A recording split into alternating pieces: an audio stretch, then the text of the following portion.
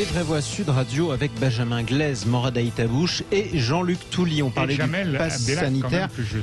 Le DJ. Il faut absolument saluer, on le dit jamais assez, vous qui nous écoutez sur Sud Radio, rendre hommage au réalisateur des Vraies Voix Sud Radio qui s'appelle Jamel Abdellah, qui est absolument excellent. Toutes les musiques que vous entendez, tous les montages que vous entendez qui sont bien choisis, c'est lui qui est derrière tout ça et on l'embrasse. Comme certaines boîtes de nuit sont fermées, il nous faut. Voilà, exactement. Le confinement des uns fait le bonheur des autres. Et si vous voulez savoir son numéro de portable, c'est tout à fait facile. C'est le 06. Presque, on va y arriver. Mais de l'embarrasser pour au moins 15 jours. Ne jamais vexer le réalisateur dans la mesure où il a le pouvoir de couper le micro à qui il veut, même à l'animateur. Quoi qu'il en soit, on a parlé du pass sanitaire, on commençait à s'engueuler comme tout Français qui se respecte en ce moment. Du coup, on a décidé de débattre sur autre chose. La politique, c'est beaucoup plus pacifique. Les Vraies Voix Sud Radio. Les Vraies Voix Sud Radio qui se penchent sur la droite. Est-ce que la droite est capable de se mettre d'accord sur un seul candidat au présidentiel en 2022 ? C'est la question qu'on vous pose sur le Twitter de Sud Radio. Vous nous appelez au 0826 300 300 pour nous donner votre avis. Hier, une bonne partie des candidats plus ou moins déclarés, des présidentiables, disons, des républicains et de la droite, se sont donné rendez-vous dans un hôtel parisien. 5 candidats potentiels. Il y avait Bruno Retailleau, Laurent Wauquiez, Monsieur Barnier, il y avait Philippe Juvin, le médecin chef des urgences de l'hôpital Pompidou à Paris, et Valérie Pécresse. Ils ont tous pris un engagement. Il y aura une candidature commune. Sauf que comment ça va se passer ? On ne sait pas, primaire ou pas primaire, on ne sait pas. Et surtout, il en manquait un de taille, le seul qui est officiellement candidat depuis un bon moment, c'est le président de la région Hauts-de-France, Xavier Bertrand. Bref, la droite va-t-elle se mettre d'accord ? Vous votez et vous nous appelez au 0826 300 300. Muriel, bonsoir à vous. Eh bien, bonsoir les Vraies Voix. Bienvenue. Bonsoir. Sur Sud Radio. Contente de vous retrouver. Alors, écoutez, moi je suis à peu près sûre qu'ils vont se mettre d'accord parce qu'ils ont pris une telle raclée la dernière fois que ça leur est resté en travers. De la présidentielle. Tout à fait, bien sûr. Alors, dans les gens, heureusement que vous avez dit les potentiels, parce que moi, j'ai pas entendu Laurent Wauquiez dire qu'il allait se présenter. Non, on a parlé des présidentiables, mais le fait qu'ils soient choisis tous entre ces 5-là pour se rencontrer c'est les hier. présidents de région, quelque part, donc Presque. ils Pas ont tous, mais une presque. légitimité... Pas Juvin, pas Barnier, par exemple. Oui, mais Valérie Barnier, Pécresse. lui, il est à l'Europe, Oui. Pécresse, si, et Retailleau, il est chef des sénateurs LR au Sénat. Voilà. Donc voilà. Et le problème de Xavier Bertrand, s'il veut partir, il part, mais il ne pourra pas partir sans soutien. Donc forcément, ils vont tous être obligés de prendre des accords. Et croyez-moi, cette fois-ci, ils vont trouver des accords. Et vous pensez qu'ils se mettront d'accord parce qu'ils voudront éviter en fait le second tour Macron-Le Pen une nouvelle fois. Vous-même, vous êtes plutôt proche des Républicains, Muriel ? Oui, complètement. Enfin, je ne suis pas adhérente, mais je vote sympathisante. à droite, voilà. Et vous êtes optimiste pour leur chance ou pas ? Ce sera ma dernière question. Oui, si c'est le bon candidat. Si c'est le bon. Et vous avez une préférence ? Ça reste entre nous. Oui, on répétera pas. Personne n'écoute. Non. Bon.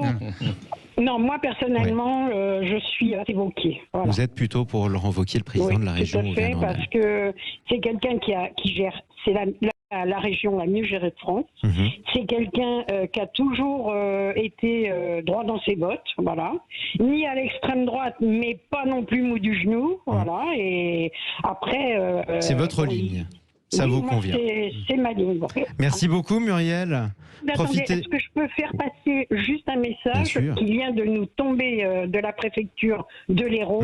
Vous êtes à Béziers, oui. Le port du masque est obligatoire dehors, partout, sauf à la plage, aux rivières et dans les forêts. C'est ça. Vous êtes en pleine reprise épidémique, surtout dans l'Hérault. On va en reparler, ma chère Muriel. Faites attention à vous aussi. Les départements du littoral de la France et en particulier le littoral méditerranéen qui sont très touchés. Ça va jusque dans les montagnes. Il y aura aussi dans l'Ariège où la même décision a été prise par la préfète aujourd'hui. Merci Muriel de nous avoir appelé au 0826 300 300 depuis Béziers. On vous embrasse. Morad Aïtabouche, la droite, un candidat, 2 candidats, 3 candidats, Wauquiez. Il y aura probablement des primaires, mais c'est un peu la guerre des égos. Et ça sous-entend quand même qu'il n'y a pas un leader qui se dégage à droite. C'est quand même la première leçon. La deuxième, c'est quand même que lors des dernières primaires, ils ont ont choisi un candidat qui finalement avait trop de casseroles et qui n'a pas pu aller au-delà du premier tour. Il faut dire aussi, il faut quand même rappeler qu'à gauche, il y avait eu des primaires que Manuel Valls, tout le monde s'en souvient, avait dit je me rangerai du côté du vainqueur, Benoît Hamon. On sait ce qu'il est arrivé, advenu après. Il est parti en Espagne. Il est parti en Espagne, il a trahi. Enfin bref, c'est un opportuniste. L'avantage, c'est que maintenant on le sait. Tout ça pour dire quoi? Tout ça pour dire qu'aujourd'hui, malheureusement, quand on regarde les primaires, elles accouchent toujours de quelque chose qui finalement ne marche pas en France. Non, mais c'est contre-productif. C'est-à-dire que ça leur revient comme un boomerang. Donc organiser des primaires à droite, qu'est-ce qui va se passer? Une guerre des égos. À la fin, ils vont de toute façon devoir sortir. Peut-être pas l'artillerie lourde, parce qu'ils savent ce qui s'est passé la fois dernière avec Fillon, Sarkozy, etc. Mais ils vont quand même lâcher les boules puantes. Et ça, c'est jamais bon dans un parti quand dans les primaires, donc faut faire semblant on de tous sur s'aimer. ses camarades. Mieux vaut faire semblant de tous s'aimer avant l'élection. Peut-être que je vais me tromper, qu'ils vont enfin nous parler de programme, nous parler de volonté pour demain, Jean-Luc avec Touly. un vrai programme. Est-ce qu'on va avoir, après la droite, puis la gauche la plus bête de France, de nouveau la droite la plus... Bon. Moi, j'en connais deux, parce que j'ai... Des présidentiables, vous voulez dire, ou des droites? Oui, parce qu'il y en a beaucoup aussi en ce moment. Et Valérie Pécresse, que j'ai été conseiller régional avec M. Huchon. M. Huchon qui a soutenu... Jean-Paul Huchon, qui était à l'époque le président socialiste de la région Île-de-France. Tout est possible. C'est vrai que moi, je viens de la gauche.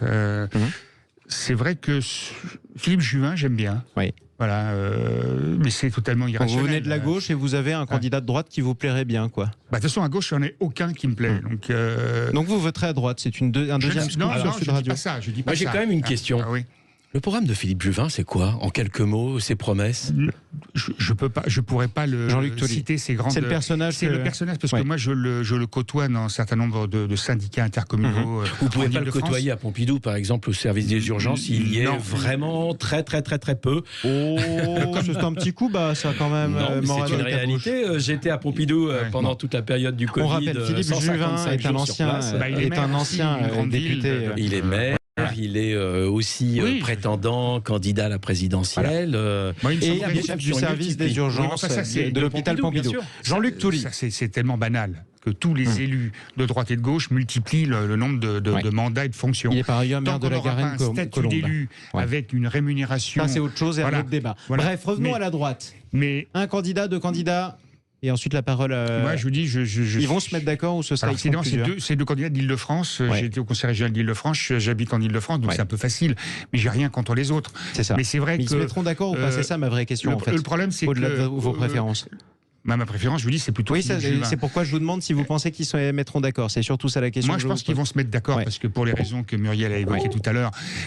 Et d'autre part, je pense que Philippe Juvin, entre autres, et peut-être d'autres, savent très bien que c'est pas eux qui vont être choisis au bout du bout. Les outsiders. Mais que, peut-être pour un poste de ministre. On va voir ce que ça donnera. C'est comme ça que vous négociez. Benjamin Glaise.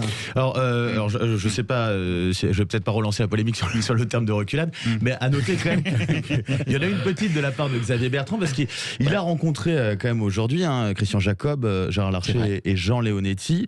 Il y a eu des discussions, donc lui qui ne voulait absolument pas rencontrer éventuellement d'autres candidats potentiels, il a fait un pas. Et c'est un pas important. Il a rencontré les patrons du parti, mais il n'a pas voulu se mettre sur la photo des autres candidats possibles. Mais c'est un premier pas quand même. C'est un premier pas important à noter, je pense.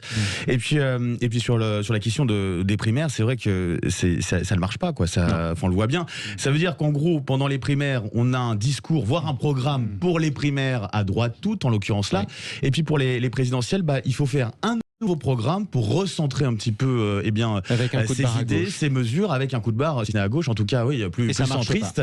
Et à ce moment-là, que ça soit les militants ou les autres, on a du mal à s'y retrouver et on ne comprend pas trop quel est le... C'est ce qui s'est passé à droite et à gauche au terme des deux primaires d'ailleurs de 2017. La primaire de la gauche a choisi le candidat le plus à gauche, c'était Benoît Hamon, et la primaire de la droite a choisi celui des trois, un des trois en tout cas qui était parmi les plus à droite, c'était François Fillon. Morad. Je veux bien revenir sur le mot reculade. Il faut quand même préciser. Non, il faut quand même préciser. Je vous propose plutôt que nous avancions aussi un petit peu. Non, mais on avance, vous inquiétez pas. Reculade à propos de Xavier Bertrand. Là encore une fois, comment peut-il se présenter aux élections présidentielles s'il n'est pas soutenu par son parti. Ah oui. Comment peut-il se présenter personne sans les finances de son parti? En fait, aujourd'hui, il a essayé de peser sur le débat, à savoir faut-il ou non une primaire à droite. Lui est fondamentalement contre. Mais il sent bien que le vent est en train de tourner. Il sent bien que Christian Jacob aujourd'hui veut des primaires parce que les autres candidats imposent une primaire. Donc on est dans une situation aujourd'hui où Xavier Bertrand, qu'on le veuille ou non, qu'il le veuille ou non, va entre guillemets rentrer dans le rang. Ce ne sera pas une reculade, c'est logique. On est dans un système de parti en France. Vous n'aimez pas le terme. Il a essayé par contre un peu à la Macron de rassembler en tout cas des entrepreneurs, des gros industriels, la société civile autour de lui.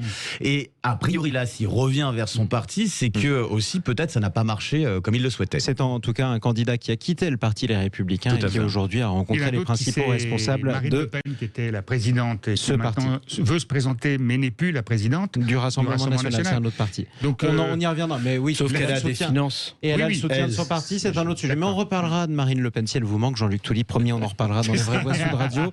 On vous posait la question, chers amis qui nous écoutaient sur Sud Radio, en parlant des primaires de Xavier Bertrand, de Laurent Wauquiez, de Valérie Pécresse, de tous les autres. Est-ce que la droite va se mettre d'accord sur un seul candidat en 2022 ?